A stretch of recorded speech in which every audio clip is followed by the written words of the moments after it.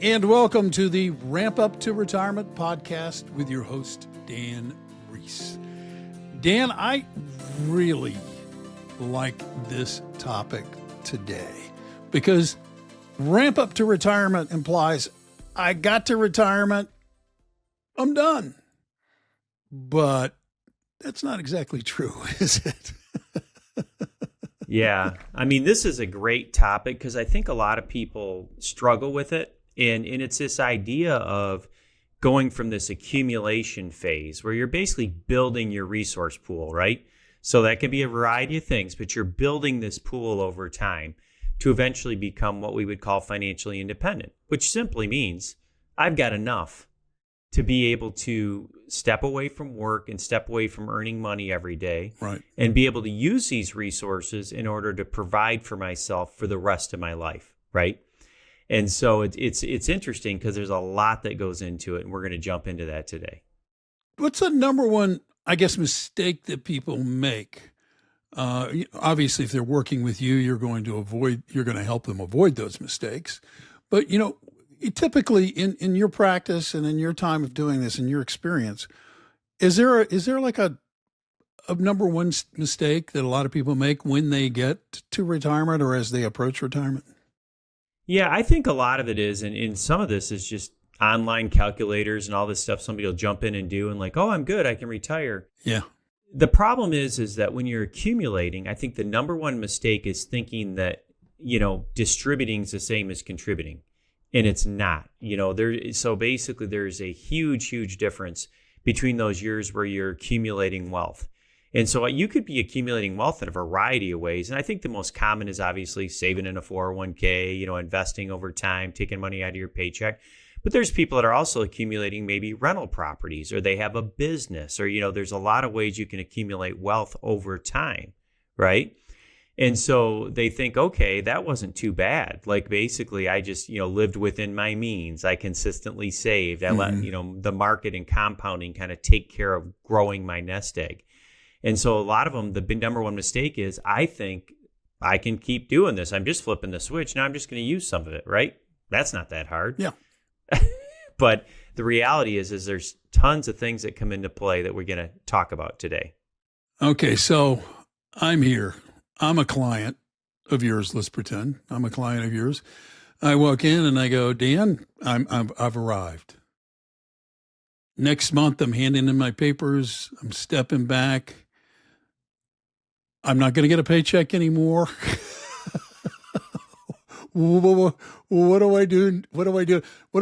I know I've got Social Security, but where do I go beyond that? Yeah. And so you've got all these resources, right? And so, the first thing we do is kind of take an inventory of what do you have? So you mentioned Social Security, which most everyone has, unless maybe if you're a federal employee, you may not, but something similar to that. Yeah. You may have a pension. You may, you're probably going to have some retirement accounts you've accumulated in over time, right? You might have money in the bank. You might have that rental property. There's all these different things. You may have a couple of homes that you use that maybe you're like, hey, I'm going to retire. I'm going to sell one of those, right? So there's all these different things. And so what we have to do first is take inventory of all that. And then we have to start figuring out, how do we use all these resources in the most efficient way to do two primary things? The first one is make sure you can support your preferred level of income, right, for the rest of your life. That's right. Number one. Mm-hmm. And number two is, how do we do that in a way where we minimize your tax burden through that whole period of time, right? Because if we don't do both of those things, you're losing in essence, right? If you're paying too much in tax, or if you don't have long-term certainty around your income, that's a bad plan.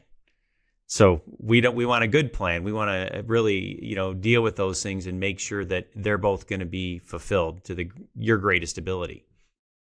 Yeah, it is this interesting position where you have gone from accumulating, saving, now you're distributing, as financial advisors like to say, or you're creating income from yourself, which means really bluntly, you're spending that money now. So it does take some thought, doesn't it?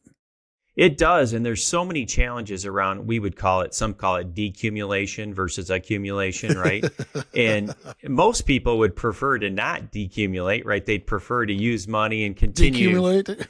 Yeah, because it's scary if you see your balances go down, right? There's no question. So those challenges that come up when you kind of flip the switch, right? From saving that money to using it. Number one, obviously, you're not putting money in anymore, right? So like, okay, that's a huge concern as you start using it. You also have to deal with how market declines affect you. And so everybody, has to go through market declines. No one, is going to not experience that throughout retirement. It's too many years. You're going to have market declines during that period. So understanding how you create a portfolio that has set aside some money that's safer that you can use so that the money that's in the market you can leave alone to some degree so it can go through those gyrations and still get that long-term growth, which you need. Most everybody needs, right, to be able to deal with inflation and everything else over that time. So, understanding when you're saving, what's so great about volatility when you're saving, it actually can help you. If you're putting in 5, 10, 15% of your pay, every paycheck, you're buying shares. So when the market's down, you're like, I'm getting more shares. So, that's that dollar cost averaging. You actually are winning a little bit. Mm-hmm. That's the opposite when you're pulling money out. So like if you're on a market decline and you're doing that same approach, you're taking that same approach, you have to sell more shares to get the same amount of money. So it penalizes you more, market volatility when you're taking money out. So that's something that people really need to get their arms around and understand that. And so, those are a couple big things, but, we go through some of the other stuff too. When you start flipping the switch, is like, I think human beings get in this habit of really looking short term, kind of at everything. Like, so they kind of like guilty, yeah, everybody. I mean, it's like, hey, I'm okay this year. And, I figured out how to pay no taxes this year. Right. And as you go to decumulation, what you really need to be aware of is mapping that out over retirement. Like, what is my taxes? What do they look like today? What do my taxes look like in 10 years, right? If I follow this process that I'm following. And so, people tend to not really think about how that's going to play out. They may not think about those required minimum distributions that come up, when you get into your, 73, 74, around that age. And how that may affect their planning. A lot of things we see is they tend to forget about inflation, right? So it's like, I've got this pension and my Social Security, I'm good. If you talk to people that had that situation or have had that situation as they get into their late 70s and 80s, a lot of them will tell you, man, I underestimated inflation, right? And my favorite way of thinking about it is everybody always talks about the power of compounding, right?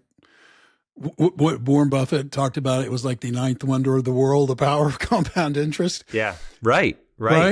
So inflation is the exact opposite of that. Yeah. And inflation can compound just like interest rates can compound, which means it can become, doesn't have to be, an erosive force with what you've accumulated. I think a lot of people do not think, hey, I don't even know how to plan for this, so I'm just not going to think about it. Yeah, because we tend to, and we're going to get into the emotional issues here too. But one of the things that you just mentioned about, I'm not going to think about it, is the lie that people will tell themselves, we hear over and over, is, I'm probably not going to live that long anyway. Right? That's another very common thing. People tend to be short-sighted and don't look long-term. And then the other thing is they tend to tell themselves things to make them feel better about not thinking long-term, right? Mm-hmm. And I'm not picking on anybody because it's super common. I mean, we meet with people every day and it's like, I'm probably not going to live very long. And you'll ask them like, well, how long did your parents live? And well, they're different. They lived till they were 90. Like, well, yeah.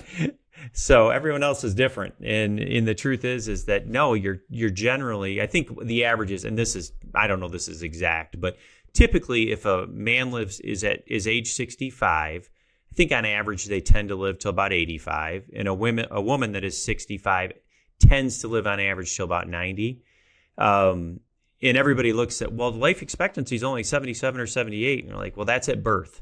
That's not, the older you get, the longer your life expectancy, because you've gotten through all those things where people have passed away, at younger ages.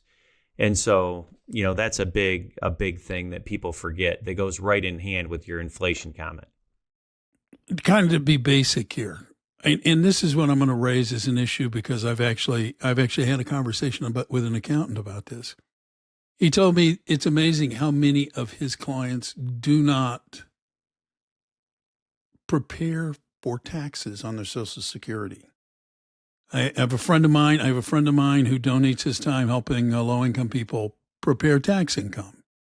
And he said it is stunning to him how many people collect Social Security and never have any money taken out of that check to allow or account for federal taxes.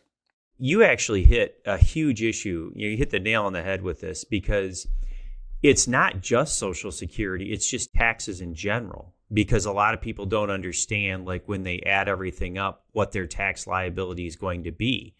That's one of the things that's like a core of what we do with retirees, is that we have a program we use. We put in all of their income sources, right?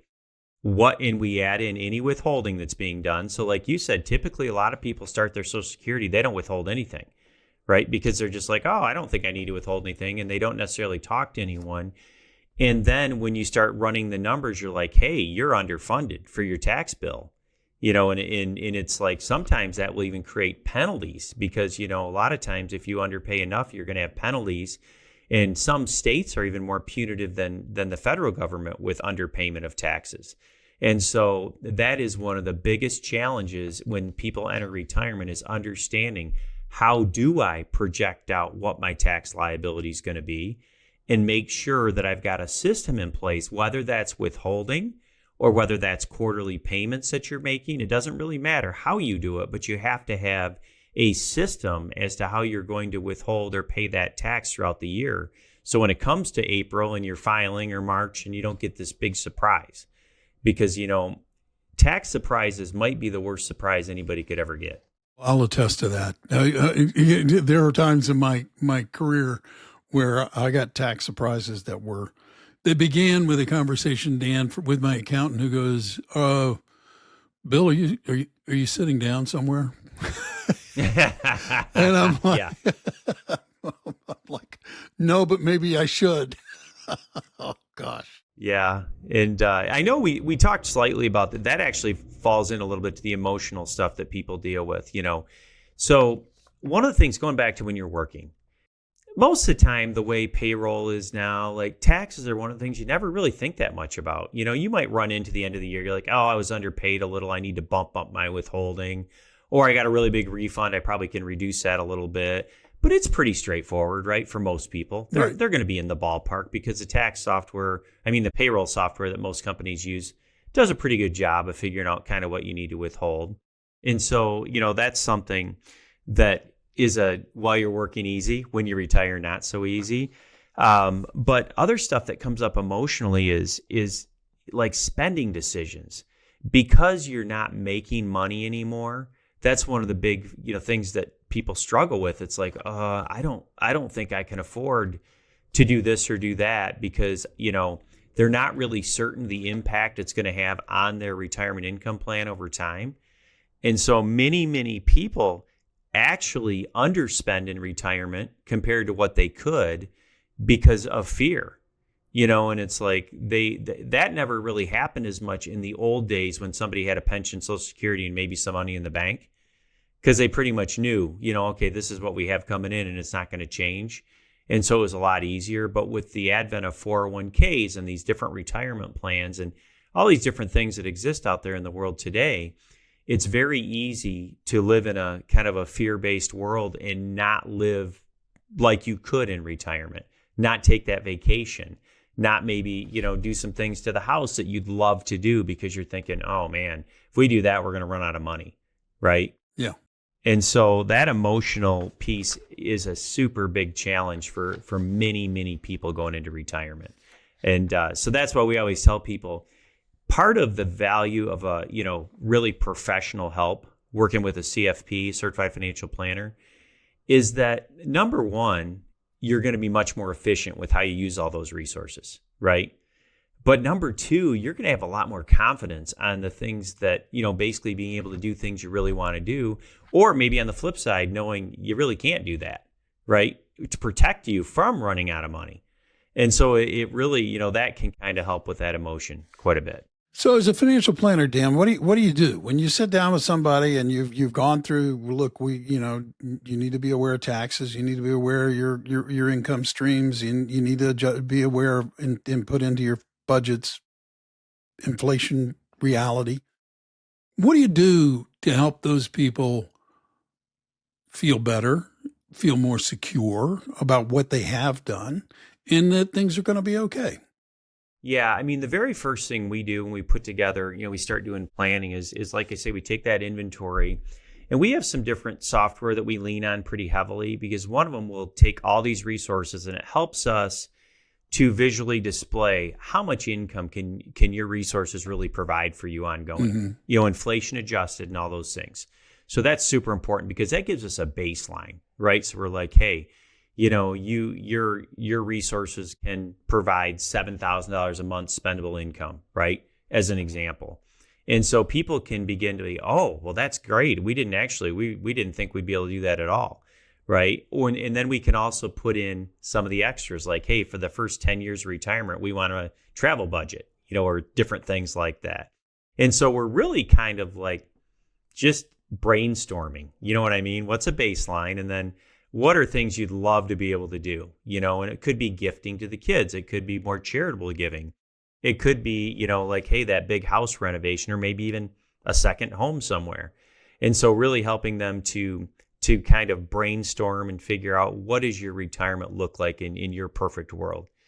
And with that, then the second part of it is understanding how much you can create an income, and then what is an optimal tax plan. So, both of those things up front, looking at, hey, based on these numbers and what your resources are, how do we use those resources most efficiently in order to reduce your taxes as much as possible throughout retirement? Mm-hmm. Because I will tell you, that's one of the, we talk about this three-lane highway with planning. The first lane is really just, and we'll do probably a whole podcast episode on this because it's really interesting. But the first lane is like investments, which everybody kind of thinks about, right? The second lane is retirement and income planning, which is what we're talking about here. How do you do this stuff? And the third lane, which often gets just forgotten about because people don't want to spend the time on it, is tax planning. And they all work together because everything you do in any of those areas has an impact on the other lane of the highway.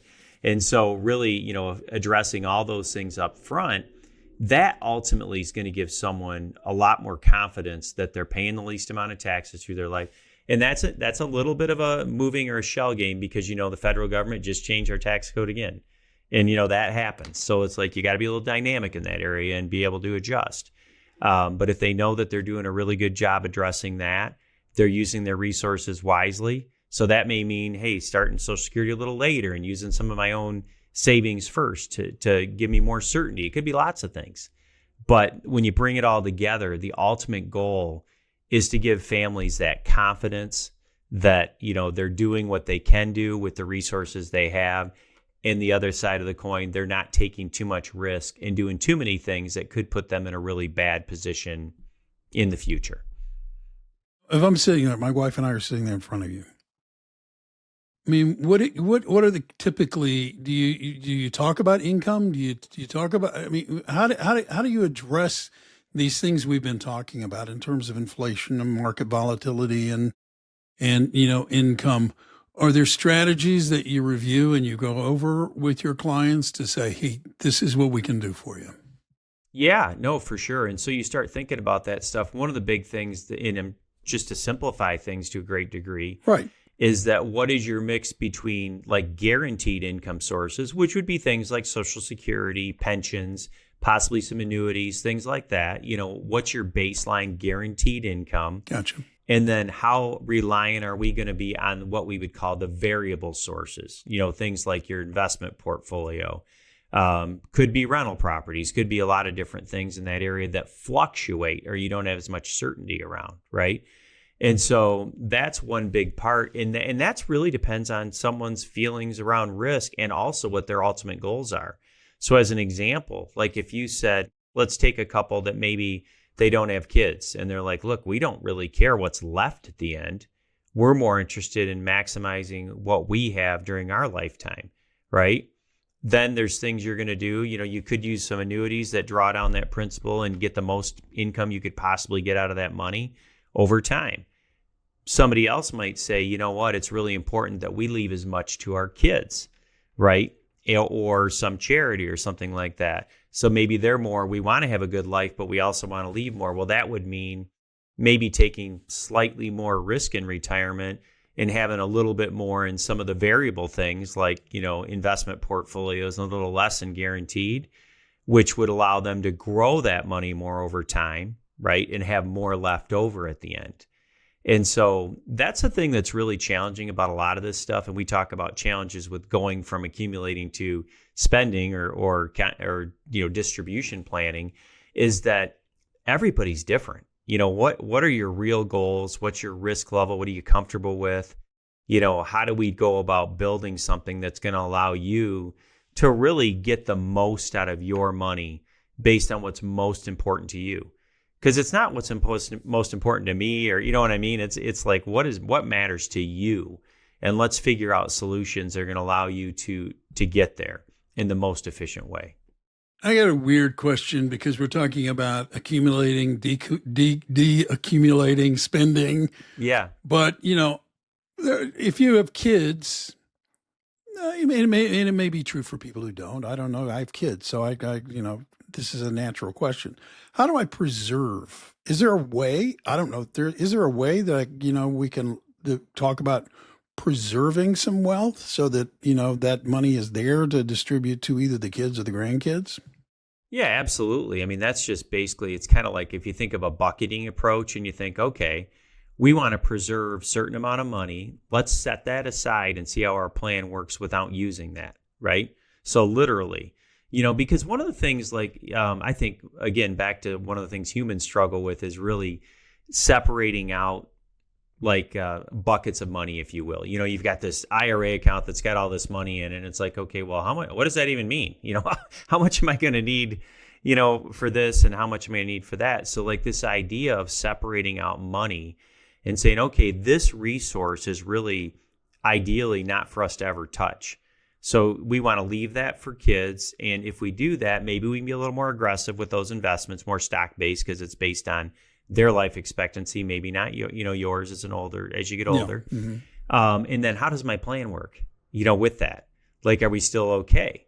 So as an example, let's say your plan works great without that. Well, you can really be very comfortable with being maybe more aggressive in those other investments. If you're like, I've got enough, I'm going to, because we know over time, markets tend to perform pretty well. So if we just leave it alone, it's probably going to be pretty good. But let's say it didn't come out that way and you're like, you're pretty good, but I would be hesitant because you may need some of that money, right? Now that bucket, that legacy bucket, if you will, you might be a more moderate versus aggressive with those because you're like, okay, we need a little bit more certainty on that money to make sure that, if we do happen to need it, it's not at a time where, it was more aggressive and there was a big market downturn, right? We had some safer money in that portfolio. Does that kind of make sense? Totally makes sense. Yeah, absolutely.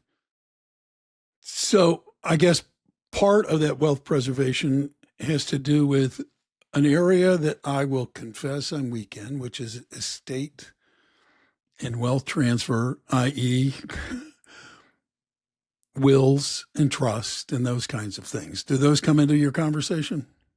They do, for sure, because a lot of that goes to where you want your money to go at end of life. And so there's been changes in IRAs and when you pass an IRA on. So one of the things that's where a lot of people's money is. That's in today's world, we see predominantly most assets in retirement accounts, and they have some of their own challenges.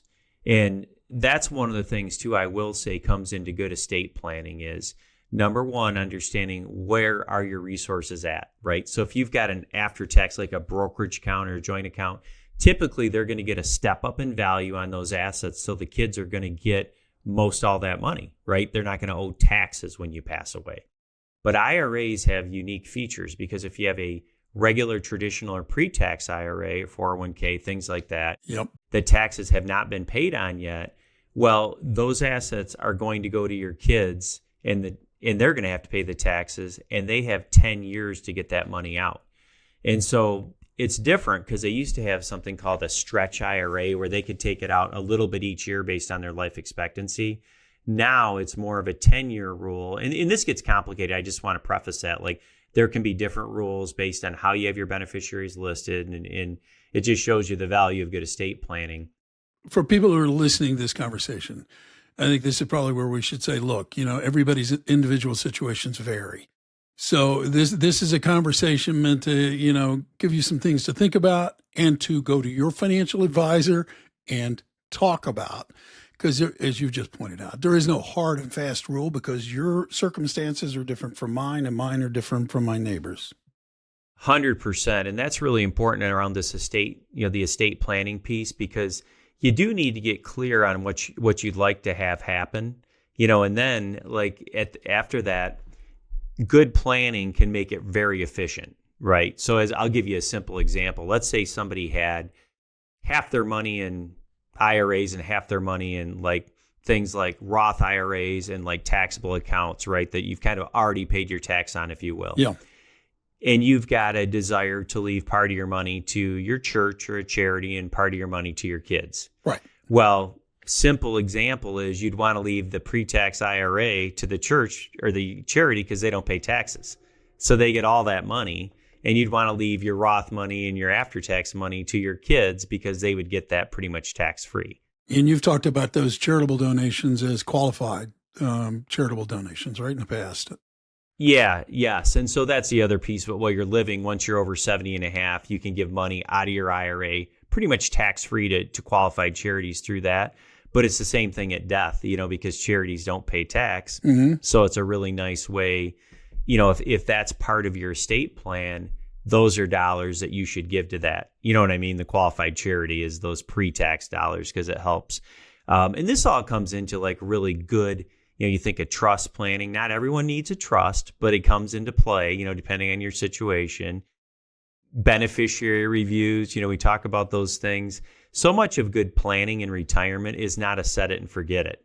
It's dynamic. You have to consistently review. Has anything changed in your family? Do you need to go to the attorney and update these things, right? Have you had new grandchildren? Have you had somebody pass away? Whatever it might be.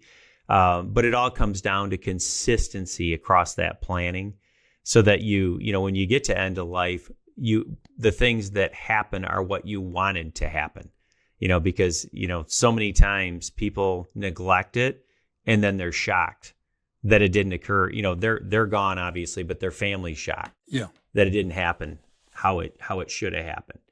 And so it's so important. Yeah. So as we're getting near the end of this, Dan, can you maybe put a couple of bows on this and drive home a couple of really important points that people should walk away from this episode with? Yeah. I mean, the biggest key is, and I know we've talked about a lot of things, accumulation's easier than distribution or decumulation, plain and simple. It's, it doesn't, basically, if you do the right things, you consistently save, you trust markets over time, you live within your means, generally speaking, you're going to have a pretty good outcome by the time you get close to retirement, right?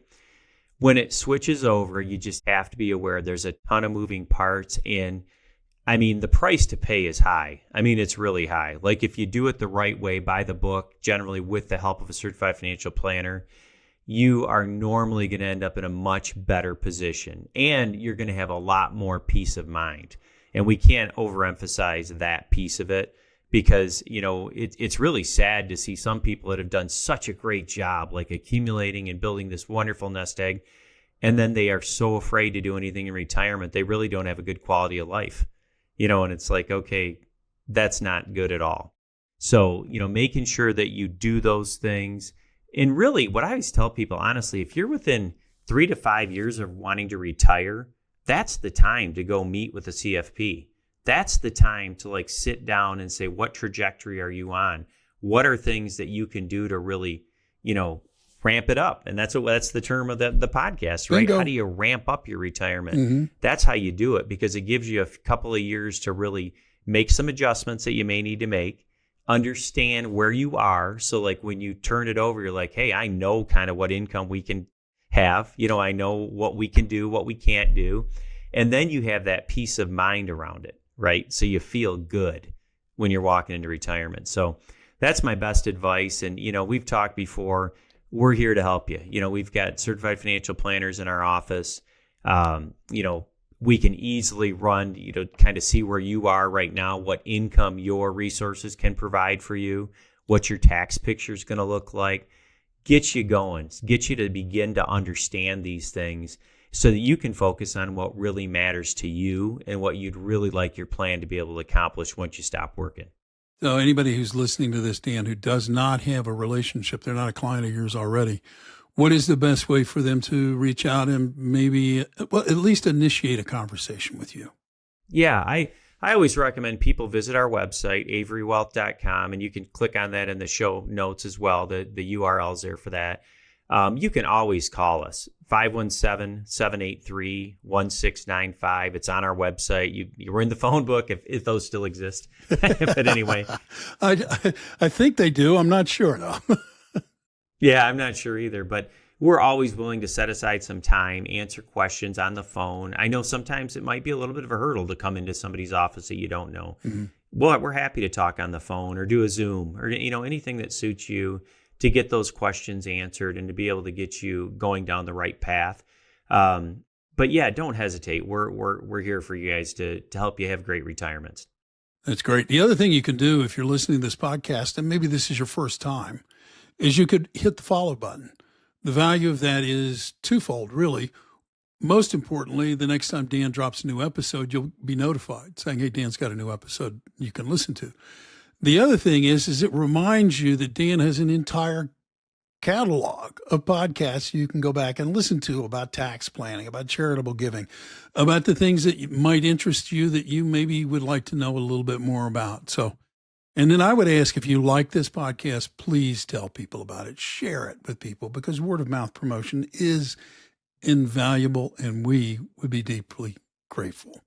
So until next time, I'm Bill Tucker. On behalf of Dan and everybody at Avery Wealth, thank you for taking the time to listen, and we'll catch you next time. Thank you for listening to Ramp Up Your Retirement. Click the follow button to be notified when new episodes become available.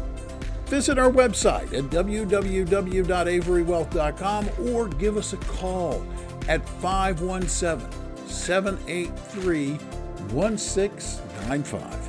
And don't forget to click the follow button to be notified when new episodes become available.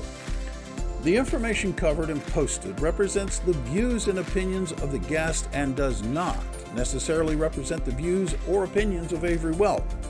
The content has been made available for informational and educational purposes only. The content is not intended to be a substitute for professional investing advice.